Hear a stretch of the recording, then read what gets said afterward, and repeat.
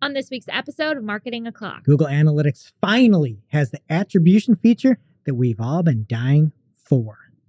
Google Ads wants to bribe us into staying signed on as Google partners. And we're kind of taking the bait.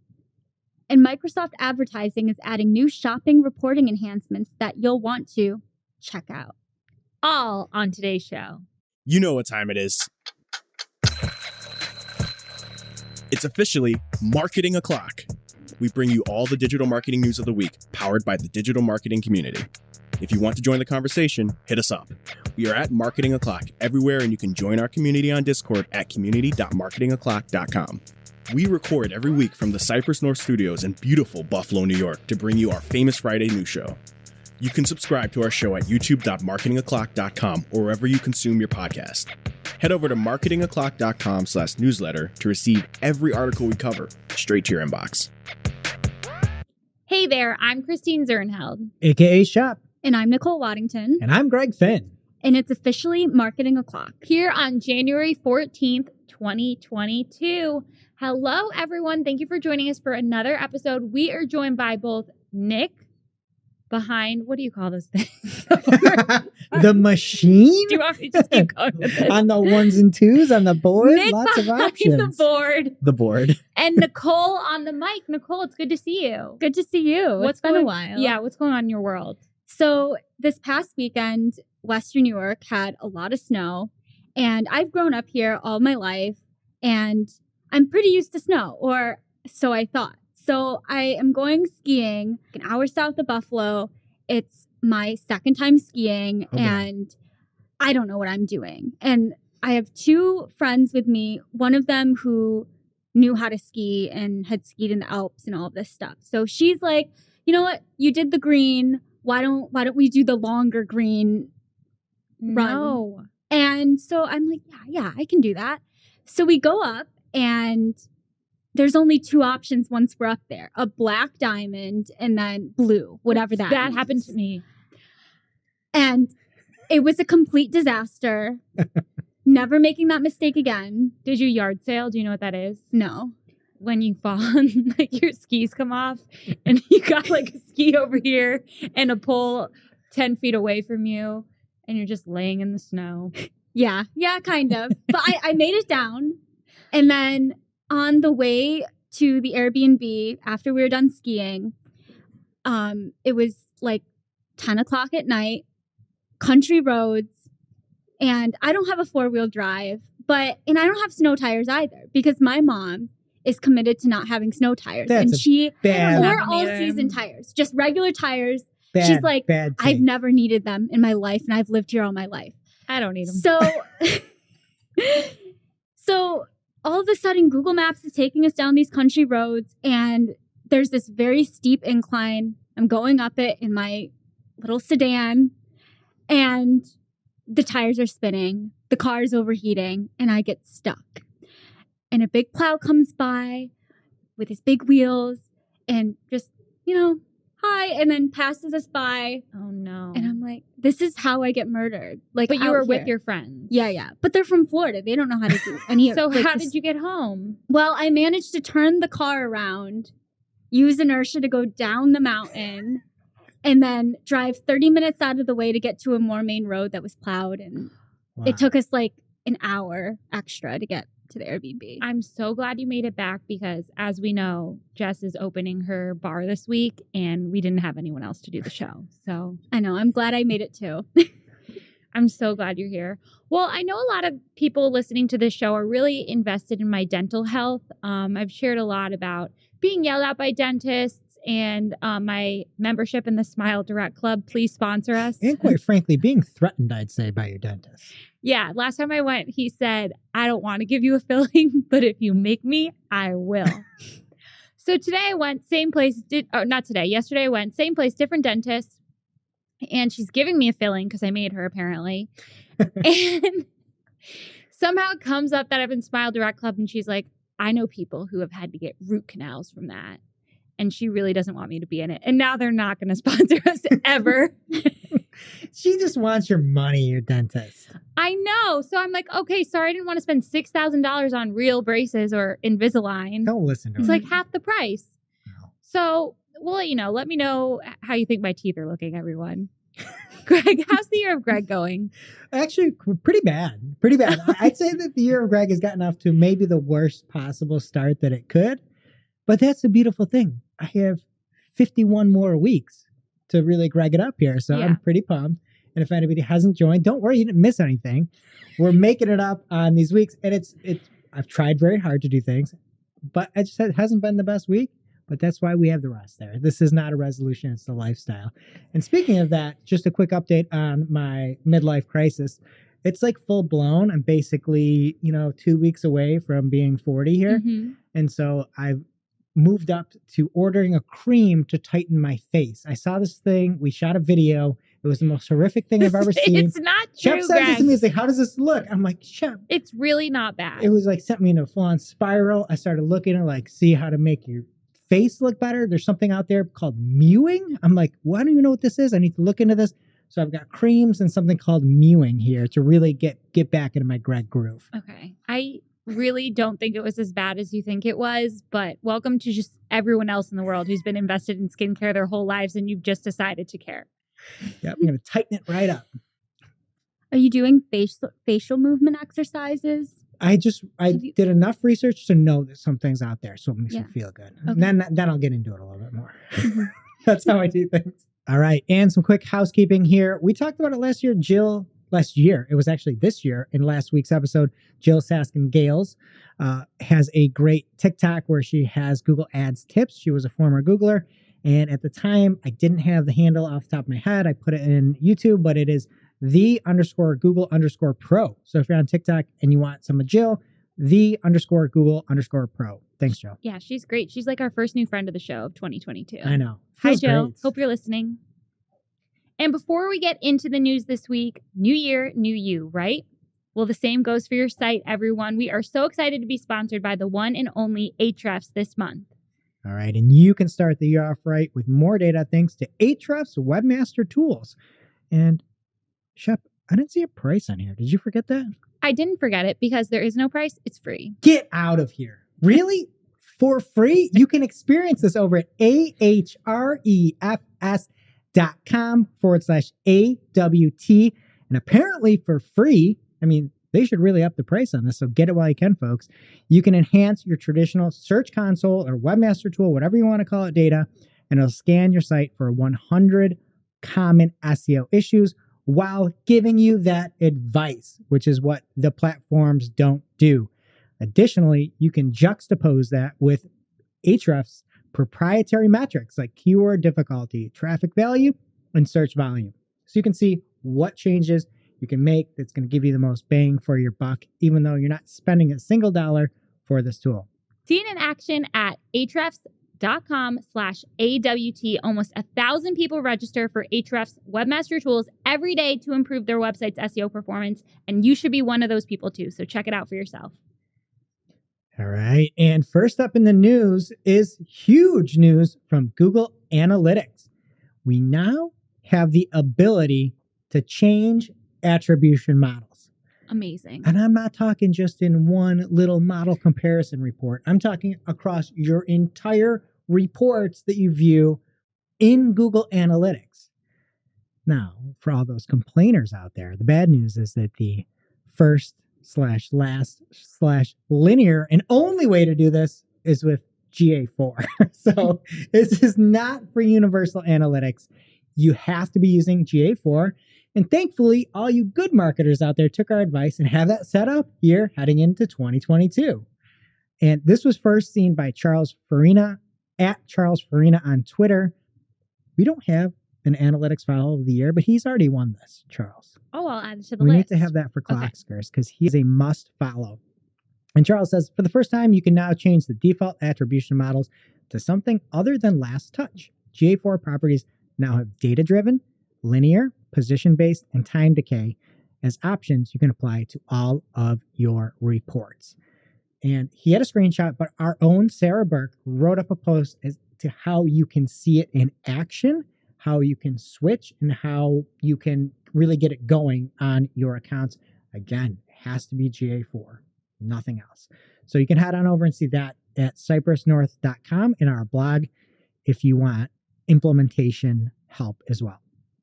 And Charles went on to also note that the biggest part of this release is the move to data-driven attribution as the new default. And he said that's the new default. I saw it as recommended in there.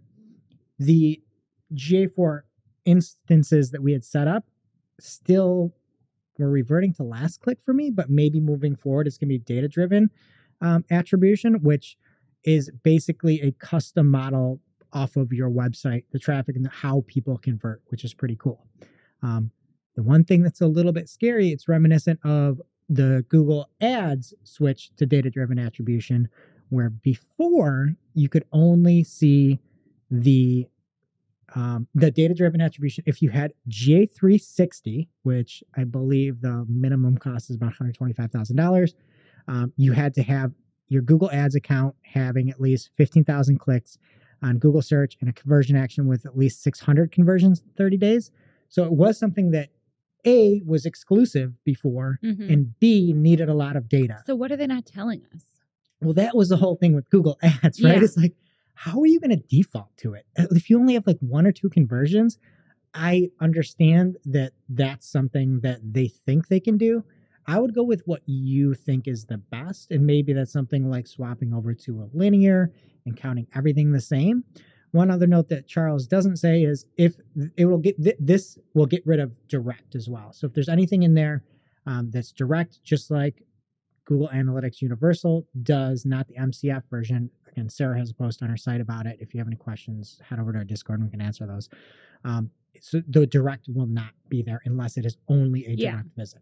Does that all make sense? It's so Something tells hard me there are still going to be some only direct visits. Right. And so just because you have data-driven attribution on there doesn't mean that should be your go-to. But I've tried it. It's super cool. You can just say, I really want to see what first touch even looks like. And maybe you'll see like, oh, some of these campaigns that were maybe, top of funnel that didn't look that good with last touch. Now you can see, you know what?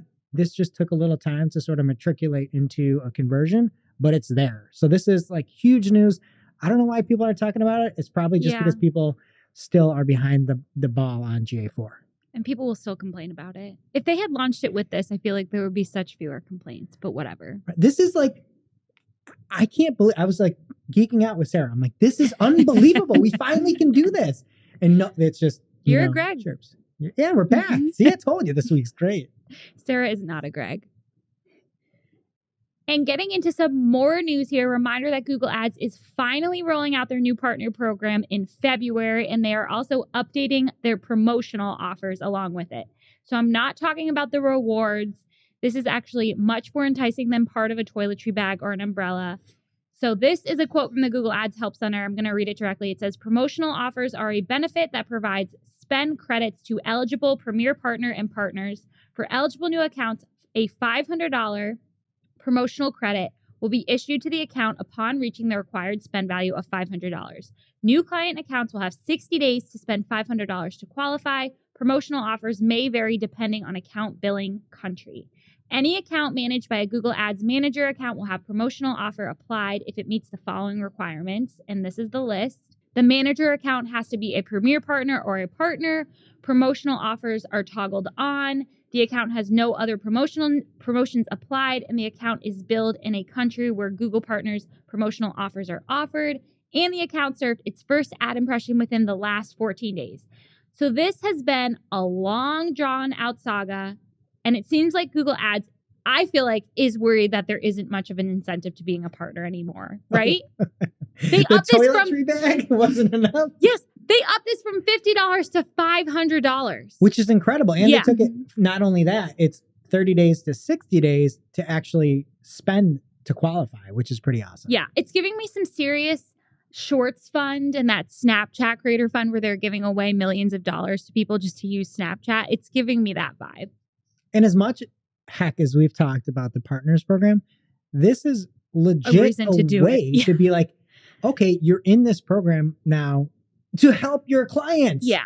That's the whole point I was making before, is that if you're in this just to have a badge and just get better support at the behest of your clients by screwing them over royally just to hit certain optimization score percentages, that's bad. Right. This is good. So This is what they should be doing, helping their partners bring people on and do better on the platform, because Lord knows it's hard enough with all these changes. Totally. Because all those changes, Chris Ridley reminded us about this week in Discord. You can join us, community.marketingoclock.com.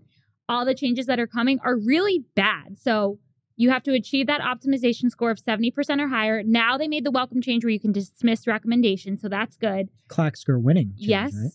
And then over the last 90 days, the spend has to be at least 10,000. That was increased. You need at least 50% of your account strategists certified in Google Ads, which would be good. You want people who know what they're doing, but it's all propaganda. So it really means nothing. So this is finally something where it's not a badge of shame. Like, you're actually getting your clients money for being a partner, like you said. So I think this is a welcome change, but it also just shows that, like, we were right. It was a terrible idea. Yes. Again, I think we had something to do with that. I do too. We made that that client partners badge, and we still have it on our site. I think we did. We had a change.org petition. 500, 600, 700 people, What a organizations that downloaded that, put it on their site. It's crazy. You can still download it. Chris also offered a couple of tips here regarding the new requirements. He said, tip number 1, this varies on the number of users you have linked to your account, the amount of people that need to be certified. So make sure you go into your company detail section on Google Ads partner program and set the company account strategist range to the one that is correct for your company. And then he also said, this only applies to campaign types you're spending in. So if you're not doing video or app advertising, you won't need to be certified in those areas. So I was worried about that second one. So that is a welcome piece of information. Dennis Moons was also tweeting about this week. And in his thread, he was asking advertisers in a poll if this made them want to join the program. Most people, 62%, said not sufficient. I disagree. I mean, I don't know who the audience is out there on Twitter, but for small to medium-sized businesses, a free $500 is not nothing. Yeah. Sorry. If the optimization score, if they didn't make the change where you couldn't dismiss recommendations, I would still not. Oh, I would not. I would never do that. But after that, I would do it. All you have to do is take the test. All the answers are online. Should I not say that? No, it's fine. And Cami Caruso agrees with us from her @WhyNotWeb Twitter account. She says, gotta admit, I was ignoring the Google partner stuff because it didn't benefit me, but then they upped the ads credit to $500, which could be a big deal to a lot of small businesses. 3 certs in a month? Sure, I'll spend a few hours on that. Or 20 minutes, like I said. So, great piece of news here for advertisers today. Do you have anything to share, Nicole? Yeah, so from Barry Schwartz over at Search Engine Land, there are a number of new Microsoft advertising enhancements, starting with shopping campaign reporting. So the new reports have been enhanced for the product tab to show performance metrics like clicks, impressions, average CPC, average CPM, and spend. And the new conversions enhancements let advertisers see conversions, revenue, ROAS, and all conversions. Microsoft has also removed the minimum spend requirement to use customer match targeting with email match. This is available in all markets except for the European Union, UK, and China. In addition, the Microsoft Audience Network is now available to all customers in 18 new countries and counting. And finally, similar audiences are available as open betas for the UK, Australia, India, New Zealand, Indonesia, Malaysia, Singapore, Thailand, and Vietnam. Yeah, it's the beginning of the month, and now it's the beginning of the year. They always release everything at once, and it's like 5 stories in one. And now you got it, not me. Thanks for sharing. Now it's time for this week's Take of the Week. This is a hashtag fire digital marketing take with extra spice served up just for you. We simply deliver the take for your consumption. We give no opinions. We don't influence. You make the call. All right, this week's Take of the Week comes from the one and only, and I saw it first in our Discord channel from Chris Ridley, who we heard from before and you're going to hear from again. He said, New Year, same Salt J, and has the tweet from Julie Bacchini at Neptune Moon on Twitter. And Julie's tweet says, well, this is some fresh BS at Google Ads. So you can't really tell if my RSAs are poor, average, or good until they get 5,000 top impressions. because you're showing a status without anywhere near that level of impressions in the last 30 days, ? Which is it? And this is very technical. So if you're not paid, you might not get it. But basically, you can see something that is your ad strength that takes a look at the ad in general. And then if you go to view asset details, you can hop in, and that's where the asset details won't show unless you hit those criterias, or may not show until you hit that criteria. Does that make sense? So you need 5,000 impressions in the Google search top segment over 30 days to see the rating and performance. And that's within your ad and your RSAs, your assets. And I am completely with Julie on this, because I've seen things, and then you say, oh, this ad strength is poor, and you hop in and all the assets are good and best. And I was just going through this today with Elizabeth here. And I'm like, look, we need to just go through and we need to just try to trick Google to get some of these things fixed for some competitor campaigns. So you can literally have an ad that is ad strength poor with every asset being good and best. And it is mind-boggling. Makes no sense. And I see this happen. And I think back to that one tweet of somebody that says, Facebook ads, even after the iOS apocalypse, still a science. Google ads is rocket science. Like, it's so impossible. Did we to talk understand about that what's tweet? happening. I don't remember. Oh, we didn't. I don't know. I saw it. It was supposed to be a take of the week one week, but how could anybody, any human in the right mind, look at something that has ad strength of poor, look at the assets that say all good and best, and make a change? It doesn't make sense. And then I don't get it at all. The RSA reporting in general, they just need to fix it. I had a question about it on a client call today, and it's like, well, good, better, best. Like, I know. And then it's like you see the combinations. And the thing that really irks me is there's this combination tab. And every time I see it, I get a little bit excited. Like, maybe I'm going to see something new in here. Maybe I'm going to see the combinations that help. Maybe I'm going to see that one headline works so much better with the other headline, and I can take this learning from Google Ads and I can put it into my other marketing messages or other platforms, because I know that these really resonate. But you get the combinations and it just shows you your RSA, what it looks like with no data. And it just shows how many times it was displayed. And it doesn't say if it was good or better or what the click-through rate was or anything. It's just an awful combinations tab. So I hate it. get rid of it. Get rid of it. Now it's time for this week's ICYMI. This is something you just might not have seen. Maybe something that you overlooked, but you shouldn't have. ICYMI people, we have an audio ICYMI from Chris Ridley. Ever heard of him? Roll the tape. Hi all, it's Chris. I know there was a bunch of talk recently about Performance Max campaigns, and I wanted to give a quick ICYMI.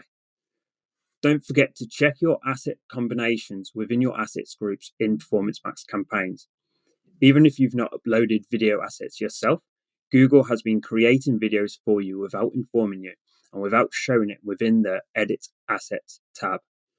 I've recently shared a post on LinkedIn about this in more detail, including how you can remove the videos, so don't forget to check it out. Okay, that is a great tip. And Chris didn't even know when he left that voicemail, but he was already our ICYMI for a post that he made in Discord also related to Performance Max. So I'm going to read that really quick. He said, I've seen good results from Performance Max and e-commerce accounts. This is most likely due to stealing sales from standard shopping and search campaigns. I'm yet to see it perform well in lead gen. Sam Kesich replied in Discord and said, I'm actually seeing fairly strong performance in a few lead gen accounts. Legal SaaS vertical, we had to exclude a ton of landing pages, exclude every country we weren't targeting, which is insane, Google Ads, and turn off lead form extensions as they were bringing in non-qualified leads, but using specific landing pages like product pages to qualify leads has resulted in 50% lower CPAs. And Chris said, that's amazing. Sounds like turning off URL expansion feature is the way forward. ICYMI again, because I have not used Performance Max yet. So if you're like me, final URL expansion replaces your final URL with a, quote, more relevant landing page based on the user's search query intent and customizes a dynamic ad headline that matches your landing page content. So it's just crazy everything that's happening with Performance Max, this like campaign structure that they want to be set it and forget it. And all the advertisers are just figuring out all these like tips and ways to optimize it. So I love it. You know how it's one of those things where when Google has something they really want to work, a lot of times they sort of like force it to work, and maybe you're getting lower CPCs or something. And I think we've seen it with RSAs where you might have an ETA that has better conversion rate, but they'll display RSAs. And there was a good session at SMX Next with Fred Valleys, and he talked about that, where with RSAs, you sort of need RSAs to get all the exposure. In this case, Google loves Performance Max, and my Performance Max campaigns are through the roof. It's like insane what the return is on them. And I think we'll set that one up where we're getting the images and get that going ASAP on it. Yeah. So, speaking in code. So check that. And can I just go off on a tangent here? Okay. I think Chris, I think he is eligible for Greg status for the Clockskers this year. I mean, this is quite a lot. The Clockskers, he's got Greg energy. We have a new thing that's just Greg's, a new category. Greg of the year. Okay, so what do you think? I thought you yourself had to look within and say it was like a personal choice. Look at identify as a Greg. Look at what he's putting out this week. You can't out him as a Greg until he's ready to share, okay? Let us know, Chris. Now it's time for this week's ICYMI. This is something you just might not have seen. Maybe something that you overlooked. But you shouldn't have. And before we get into the lightning round here, we want to remind you that today's episode is brought to you by Ahrefs Webmaster Tools. Ahrefs Webmaster Tools is the completely free version of Ahrefs, and with it you get access to some of our favorite Ahrefs tools like Page Explorer. Page Explorer gives you access to all the raw data that AWT crawls, so you can slice it and dice it as you see fit. It is really fun to play with. For example, there are really handy set of preset filters that allow you to quickly identify pages with missing title tags, too long title tags, too short title tags, missing meta descriptions, and then even more filters and resources to help you find problems like images that are too large, broken images, broken JavaScript. You can look for all kinds of issues on your site with these filters, and this is an amazing tool to have in your back pocket for audits, for clients, or even regular health checkups for your own site. So you can sign up today at ahrefs.com/AWT and tell them Marketing O'Clock sent you. I'm going to go one step further. This is good for your front pocket too. This is a front pocket tool. That was very just patriarchy of you, because women's front pockets are useless. And Ahrefs Webmaster Tools would not fit. Well, I'm sorry. Whatever pocket you want. Okay. And getting into the paid universe this week, if you live in New York State like us, you know from the influx of FanDuel ads that sports betting is now legal. What's that? Greg? Oh, sports investing. I'm sorry. Have you placed any bets? Oh, I mean, maybe a little sprinkling on some Eagles plus 8.5. Maybe a little Patriots plus 4. I don't know. Nicole, any bets placed? No clue. Nick? Not a shot. I was betting on Just Bud's Candy Crush games. It was fun. So Google has also updated its ads gambling policy to allow ads for sports betting from certified and state licensed entities in New York State. So check that out if you're into investing in sports. A very Greg thing to do. Speaking of Gregs, PPC Greg shared this tweet, originally spotted by me. This was wild, by Drew Cameron at DC Digital US. You're Drew Cannon? That just made it sound like there's a burner account. You're like originally spotted by me. No, he was the first place I saw it. Oh, okay. Sorry, Drew. Drew was Drew. Okay, I'm going to read what Drew said. Google Ads. So I go to add an exact match keyword, and this is the message I receive. And it is, you can see, lawyer to sue Google. Hilarious. In brackets, in the keyword list, and then at the bottom it says, broad match keywords are on. Keywords will be saved as broad match. What dystopian universe are we living in? What does that even mean? Broad match keywords are on. Somebody wrote that. Like somebody wrote the message, broad match keywords are on. Keywords will be saved as broad match. That's the part of this we need to talk about. So a lot of people noticed this in their accounts. And then Ginny replied and said, this message is an error that we are working to remove. This message was intended for a potential opt-in experiment, but it has no impact on how keywords are saved or the traffic to which these keywords match. Our apologies for the confusion. I'm sorry. There's something brewing over there. I don't like it. I don't even want to know. Yeah, whatever they're brewing is not for me. This isn't just a coincidence. No, this is an error that literally somebody created. And then what is the opt-in? This clearly, in the case that Drew has here, he's got brackets on that's like a professional a professional command of being exact match. And then this is showing up. So what are you opting into? Like, the only thing I could think of is it like keyword expansion to automatically put everything to broad match? But then it's like, why would you do that? Why wouldn't you want to give yourself the option if you had it? And then the other thing is, I have completely changed my tune on broad match with smart bidding. Right. And I don't see anything here with smart bidding specifically. And everything that Google talks about is broad match could work with smart bidding. Test it out. People see success with broad match and smart bidding. So if this is some opt-in test that doesn't have anything to do with smart bidding, that is super dangerous. If you start spending on actual broad match terms without any kind of guidance to bring a certain conversion in, which is just super. I'm with you. Something's brewing. It's been on my thoughts all week. But for now, if you see this notification, don't worry about it. Your keyword is added as exact. I mean, I would worry about it, but you shouldn't. And Steve Plimmer tweeted this week, on the basis of checking the change history data in Google Ads, it looks like RSAs are going to be renamed Versatile Text Ads soon. This is an interesting update. And at first I was kind of, but Greg made a point that the word responsive is not very fitting. What are they responding to? What is the rhyme or reason? We don't know. So I guess it is a better name. I love it. I know, you expect me to say something negative about it, but when you have something like RDAs and it's a responsive display ad, it doesn't make sense to be like it's a responsive search ad, especially knowing that now images are showing up. And generally, when you think of responsive ads, it's some sort of, a image that scales around. That's kind of what most people traditionally think from a media buying side of things. You don't think of a responsive search ad as actually being something image-based, I think, at least. I like that I won't mix up RDA and RSA because I do it constantly. 100%. VTA is a bit simpler. Yeah, I get what they were doing. They wanted to have responsive search ad and responsive display, but the responsive display ad actually is responsive. You can see image on top of text. You can see all different formats. You can see no image. That's a responsive thing. This is just, like it says, versatile. I love it. Mm-hmm.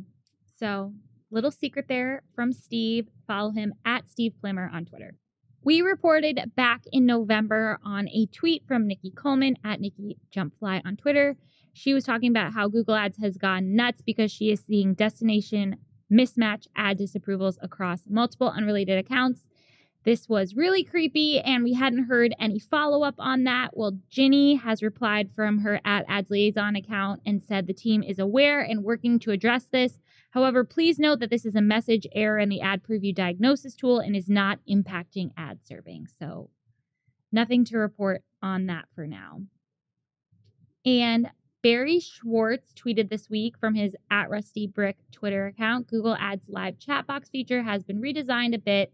I guess he got this tip from Brett Podofsky. Some Brett. call him Brett. Yeah. It looks a little different. Will they actually be able to help you? We'll see. And John Horn at JohnHornSG tweeted, I'm seeing promotions in Google Merchant Center with this tag. Quote, modified by Google. Not what you want to see. No. It seems like these were auto-created. I'm waiting for confirmation from Google. Anybody seen something like this before? And so it's a promotion, literally 10% off. Get 10% off is the title. Modified by Google. Not something you want Google to be touching, your promotions. So a lot of people were going back and forth about this.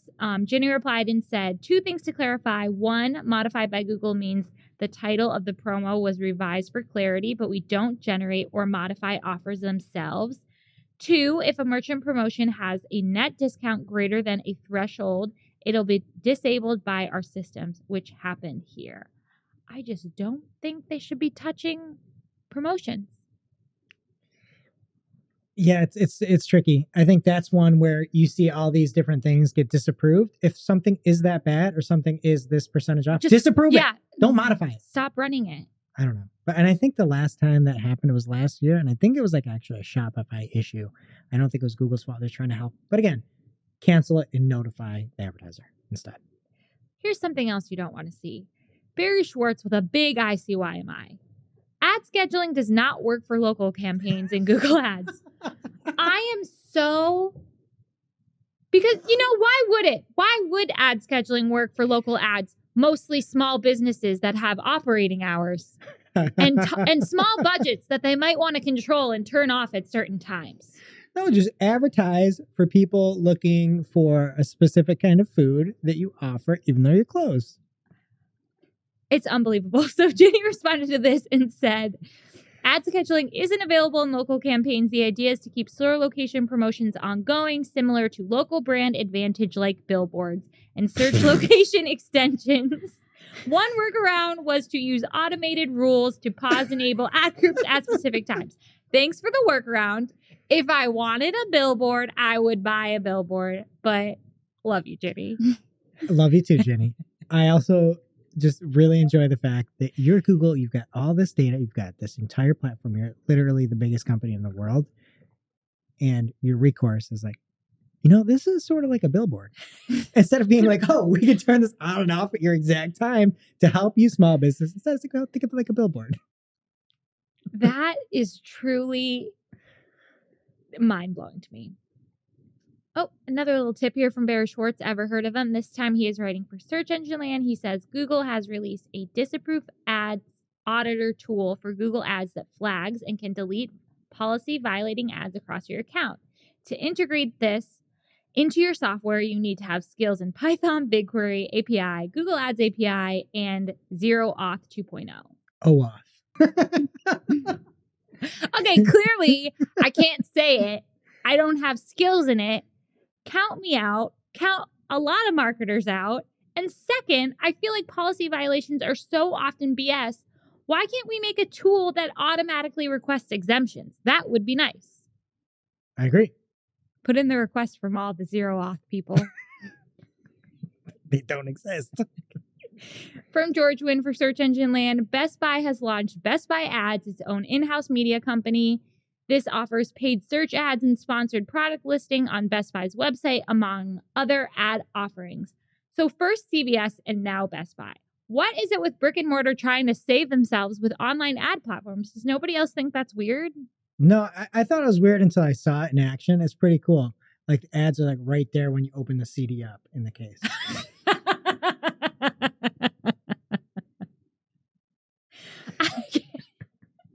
I can't even really harp on this for too long. It's just a little bit sad. Rest in peace, Best Buy. From Chris Ridley, ever heard of him?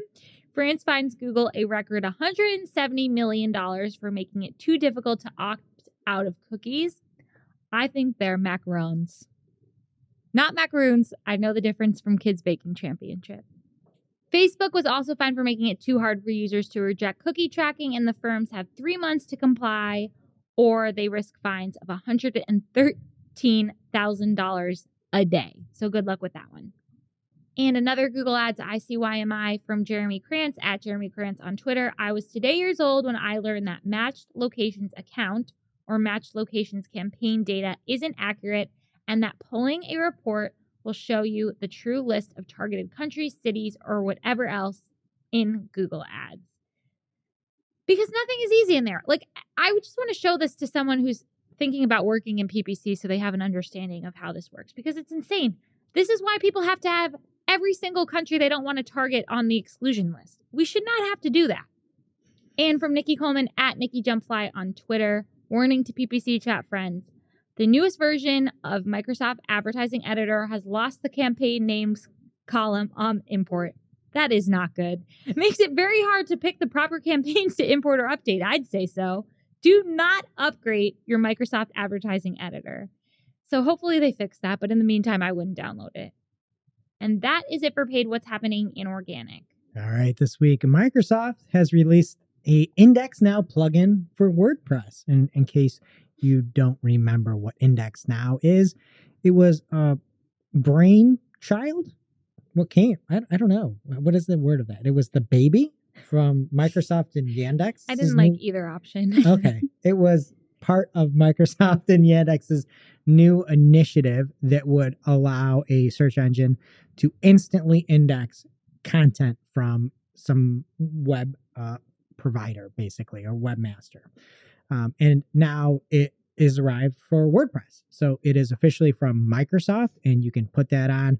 You do need to get an online key generation tool. There's some text files you have to upload, but then you're good to go. So pretty cool for all those WordPress users out there.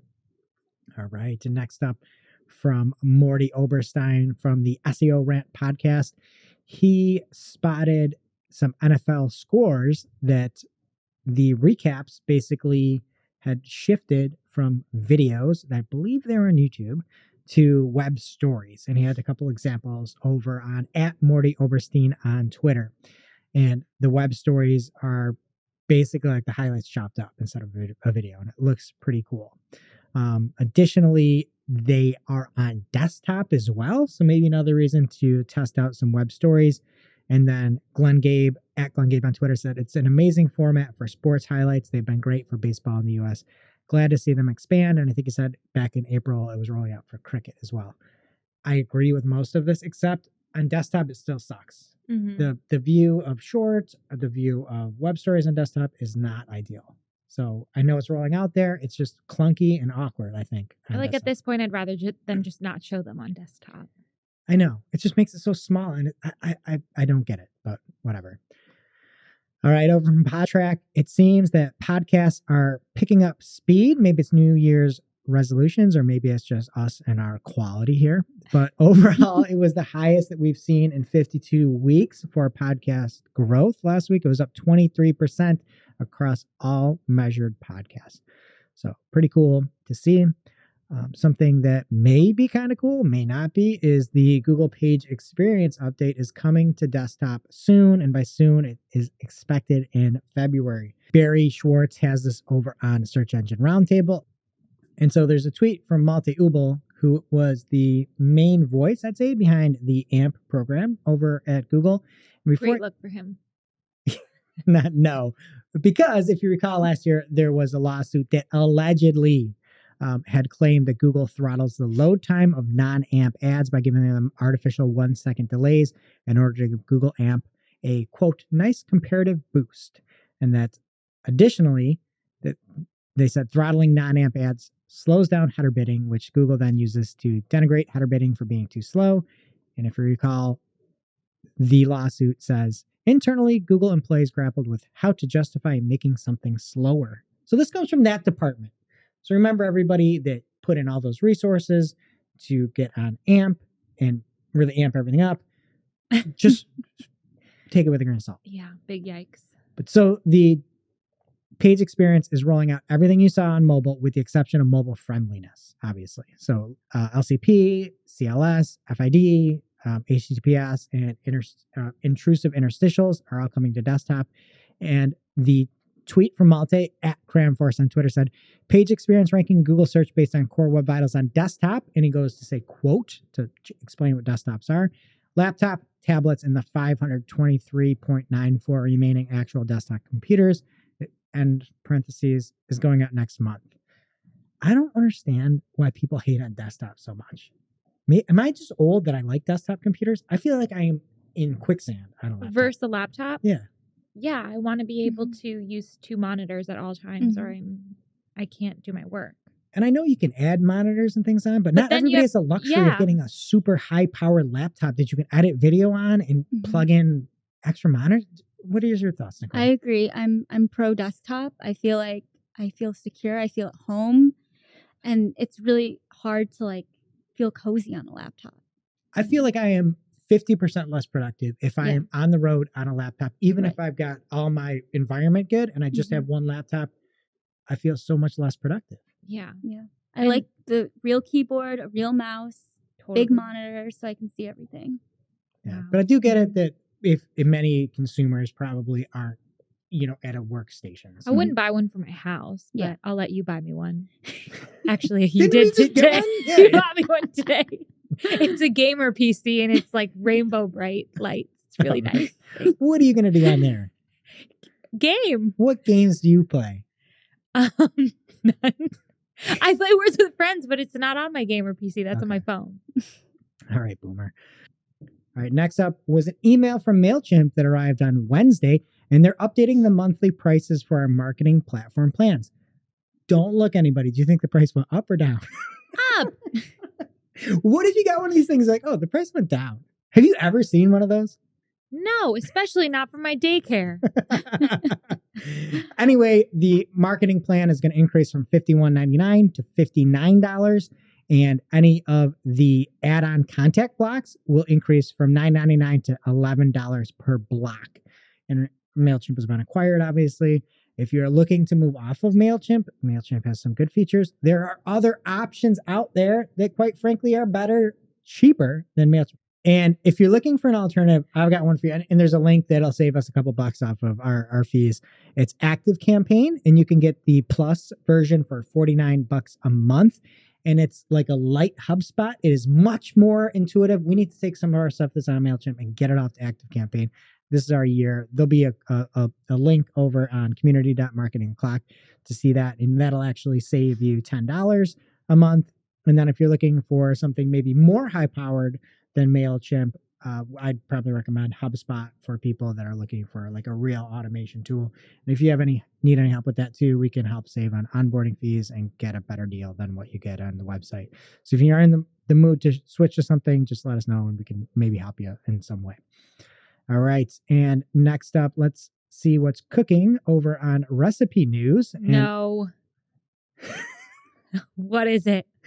It's not that big of a deal, but Google was testing trending videos in the mobile search results so that you'd see the recipe and then underneath it, you'd see like the example they had where the summer Asian slaw, best broccoli salad, like the 37 best recipes. And underneath it, you'd see trending salad videos, which is hysterical to think about. Like these are the trending salads. Yeah. Okay. So invest in making great video content for your recipe blog and stop telling me about your Wednesday night. I agree. And about your 13th birthday as a child. That was just the most dearest, heartwarming event of your life and how it impacted you for the next 47 years.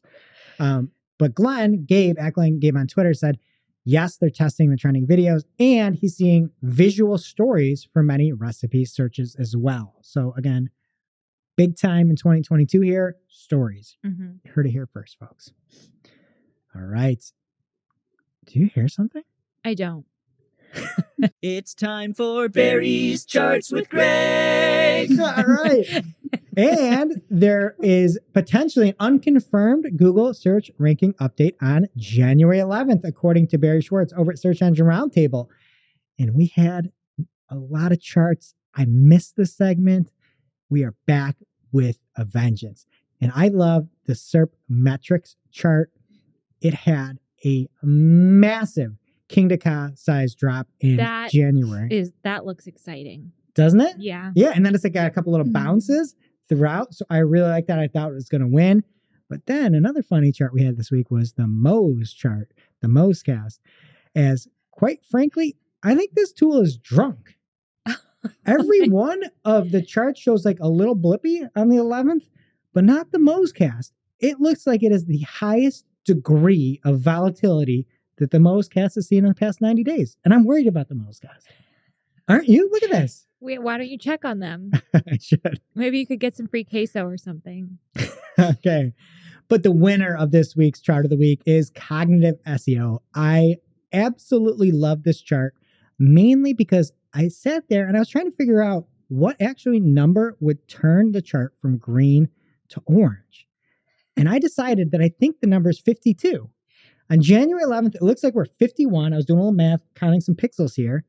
And if you look back on December 28th, I think that was 53. So I think if you get over 53 on Cognitive SEO, you're going to turn orange. And I think it's be fascinating for all you chart heads out there. You are one of the busiest people I know. And the fact that you counted those pixels is just something to think about. The devil's in the details. Shut. And that was Barry's Charts with Greg, an audio program about visual charts. And lastly, this week, another tweet from Glenn Gabe, just a little ICYMI here for you. He says, while you shouldn't burn text into your poster image for web stories, the title will be overlaid on the poster image so that you'll have multiple layers of text if you do that. It's not a good look, and just a little reminder here on the stories. Thank you, Glenn. That's it in organic. What's happening in social, Nicole? Well, first up in social, Alessandro Paluzzi at Alex193A on Twitter said that Instagram is working on the ability to edit the profile grid, allowing you to rearrange posts in any order you'd like. So I was looking at the replies. Some people were wondering how this would impact how posts show up in a user's feed. I personally don't really care about this. I never go on anyone's profile to look at the pictures. It just comes up in my feed and I see the posts. But I am excited for those view options for the home screen that were announced last week. That is very interesting. I feel like people are so invested in their grid. I know. And I that think would be a game But changer. they're making Instagram casual again. So I feel like this goes against it. You just need to post and let be, you know? I just feel like it limits people's content. I where agree. They're like, oh, this one has to be a quote, this one has to be a picture of me, and this one has to be a picture of anything but me. Basically. And then it's like, how often do people actually look at your grid? And Well, that's what they're I'm so saying. hung up on it. Yeah. That is very interesting. You could do some, and you know, when like a brand is doing like a big launch and they have little images coming up to make a big one in the full grid. Yeah. You could do some crazy stuff with that. Go back and change history. Yeah. That's another like brilliant idea is like, you should hide some sort of image somehow in your grid and you like rearrange my grid, you win the contest. And then they'll go back through and rearrange it. You should be an influencer. No. And from Search Engine Journal, Twitter has introduced 4 new features. The first is to react to tweets with videos, or what they call tweet takes. They stole that from us. Like take of the week? Yeah, the big listener that at Jack. The second is a new tweet composer bar that will appear below the bottom navigation and replace that big blue plus sign previously used to compose tweets. The third is a topic tag bar that allows people to jump directly to topics that interest them the most. And finally, Twitter is making it easier to share community pages by going to the community page you want to share and tapping the share button. And last up in social news, Chris Ridley in our Marketing O'Clock Discord channel shared a LinkedIn post by Noel Mack, Chief Brand Officer at Gymshark. And he wrote, yesterday, me and Ben Francis had a meeting in the metaverse. This is for sure the future of remote working.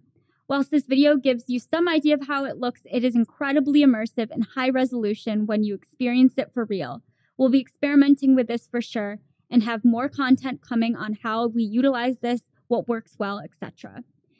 So he included a video of Ben and his virtual avatar having a meeting in the metaverse, and they talk about stuff like how it's a step ahead of Zoom because the conversation is more authentic. This was ridiculous. What happened to KISS? Keep it simple, stupid.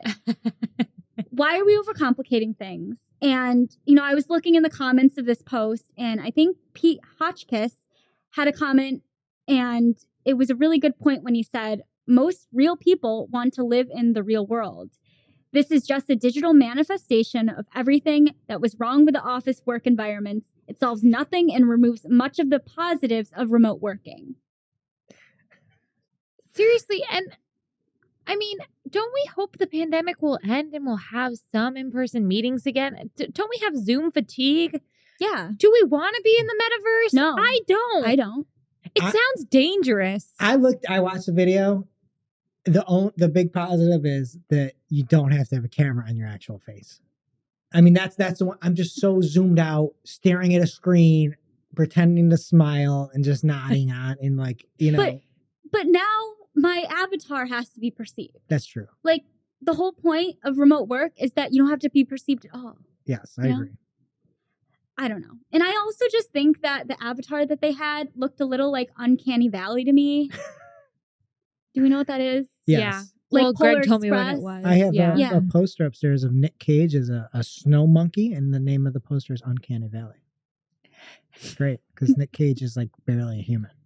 I just want to say that anybody who thinks that the metaverse is going anywhere has never actually dealt with the logistics of a VR headset. It's an absolute nightmare. Like, you need to have a cleared space.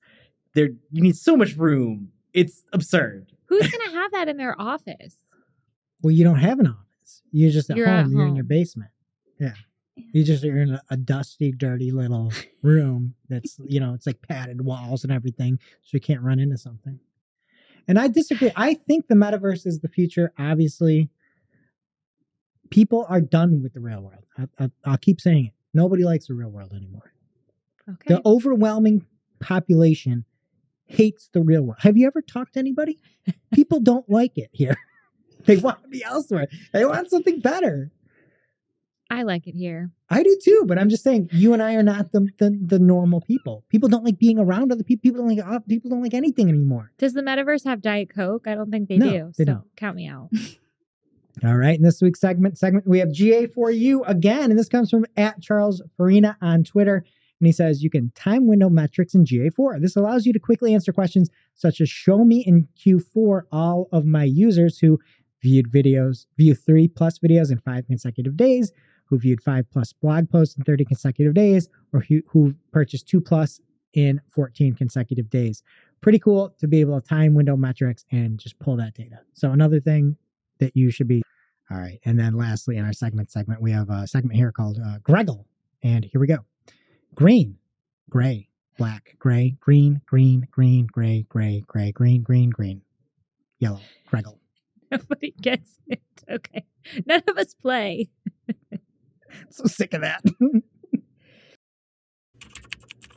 And that brings us to our real life segment. Straight out of our accounts and into your ear holes. It's time for working hard or hardly working. So as we mentioned, Greg bought me a new computer today.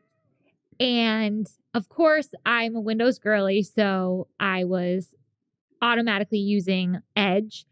For a couple hours today, I really gave it an honest try, and I've already switched back to Chrome. But one of the features that I liked on Edge was if you copy a tweet URL and paste it into a document, it pastes it and it includes the text of the tweet itself. So for like the Marketing O'Clock prep notes, this is a very niche thing that you might need, but we share a lot of tweets and I was able to just paste this in and I could read the whole tweet from the link. And I guess it's something you can turn on and off. And I heard sometimes it does title tags too, which sounds terrible, but I liked it for the tweets. Nice. And for me, something hardly working, again, part of this Greg of the Year fail here, is clients and sales. And I'm just really bad at the entire sales process. And we had one client that we were like actually want to bring in and everything else we pushed off sort of at the end of the year. And we had put together this proposal and I had assumed, and I talked through it and I had put out some emails that we'd be able to run through the recommendations. And it was like on Christmas week and they'd asked for, some of the ideas, some descriptions as to why you change it and then what the recommendations were. And we already had a call. I went through some of that and I messaged them, okay, can I just run through this and talk through it? It'll be able to be a lot more in depth. Somehow didn't get the opportunity to run through it. I didn't have any recommendations in the entire proposal. I'm just the worst at sales. I need to be much more like sales bro. I need to just do that. I need to, just get out there. I need to just have that, you know what I mean? The energy, like people that like do like engagement tweets out there and all that I thought stuff. that was the whole thing about the year of Greg. Oh, I don't know. That's a lot. You said it was an off week, so just try again next week. Okay. So maybe next week I'll go out there and do those thirsty engagement tweets and try to really just be as much sizzle as we are steak. Nicole, what's going on with you? So something that's working hard for me, and I'm probably just living under a rock, but I figured this out that you could add a second email to your LinkedIn account so that it will just push all your notifications to like a work email instead of like my old school email I have my LinkedIn set up on. Yeah. I thought you I want the notifications everywhere. That was a life-changing thing for me too. Yeah. And now for this week's Cool tool. As a reminder, our Cool Tool segment is not an official endorsement or paid mention. We're simply sharing something we found in our travels that may be of use to our listeners. And is really, really cool. And this week's cool tool, ever wonder if your competitors are engaging in deceptive review practices? The cool tool this week is the Transparency Company's fake Google review tool.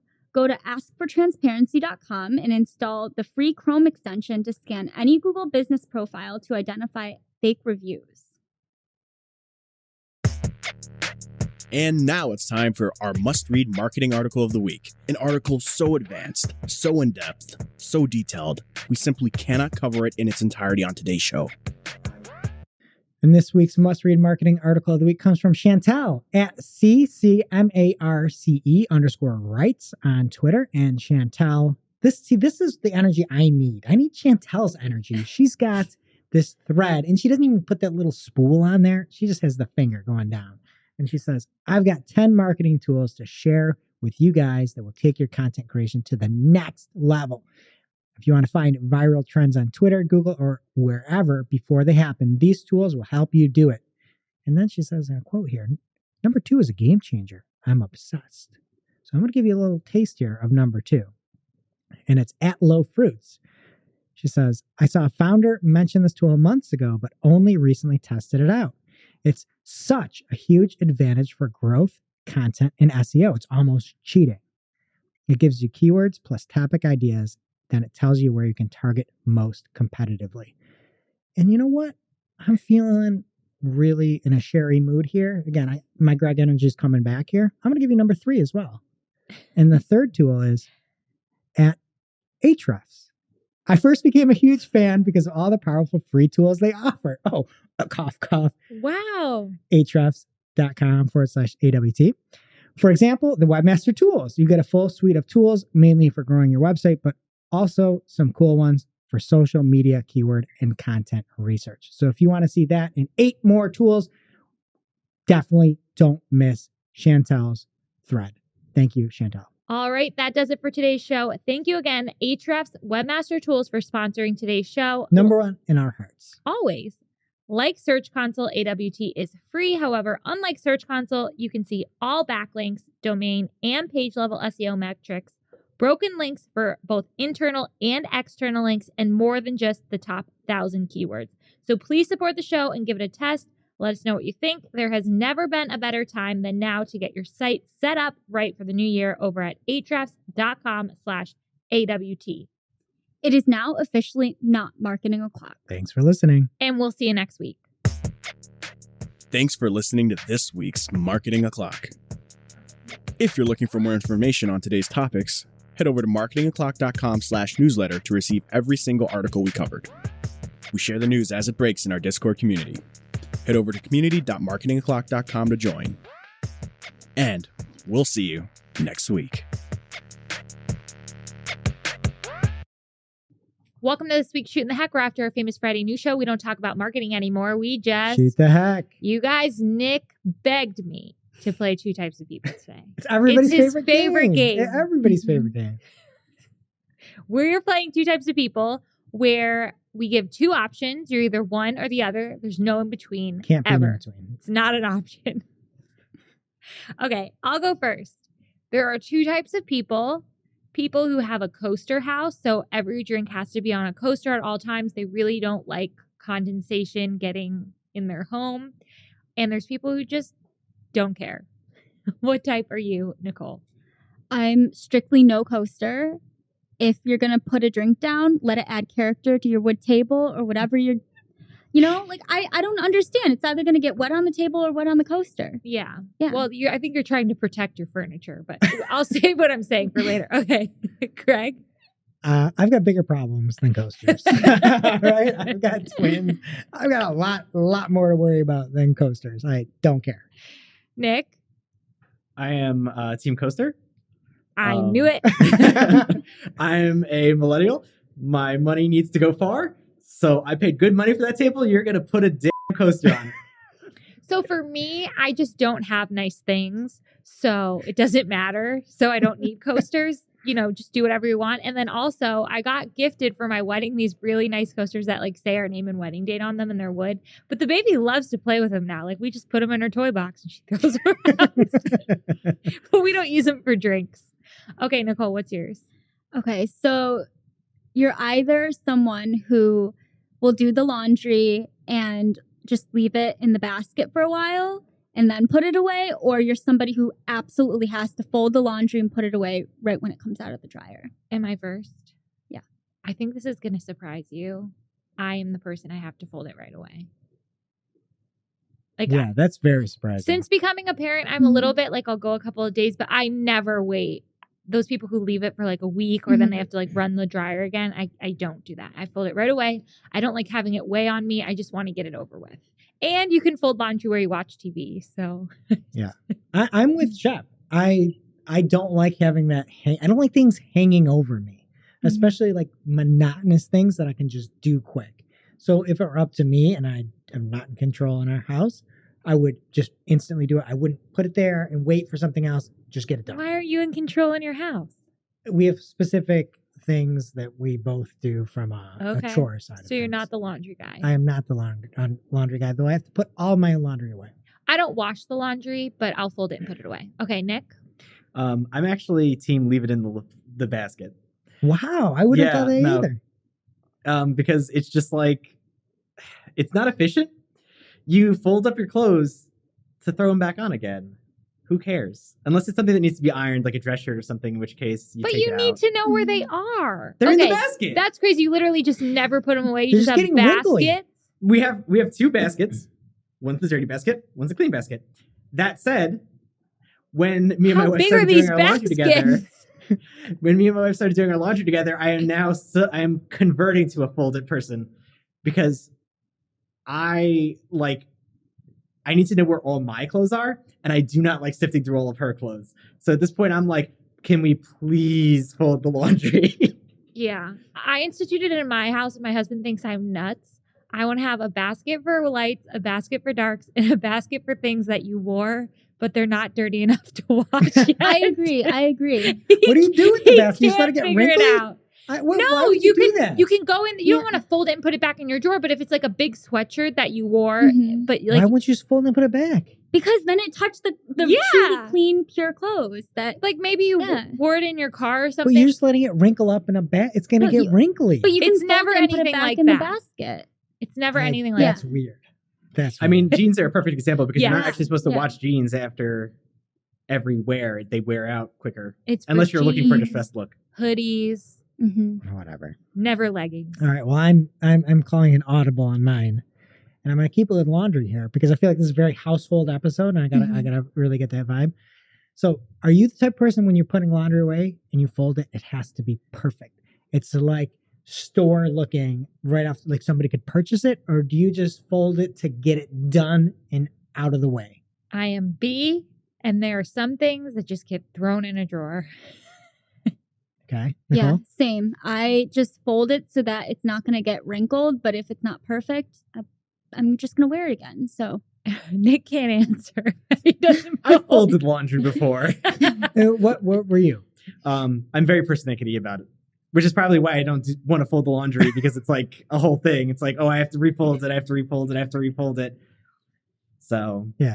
And for me, my wife was in retail and she is like takes pride in folding stuff, but it takes so long. Yeah. And so my thing is, and so that's maybe why, she's on the different side of putting things away when she's got time to do everything right. Me, I just take it, I just fold. I'm like the Tasmanian devil. I hit that thing and it's all folded and out, and then you just put it away. And who cares?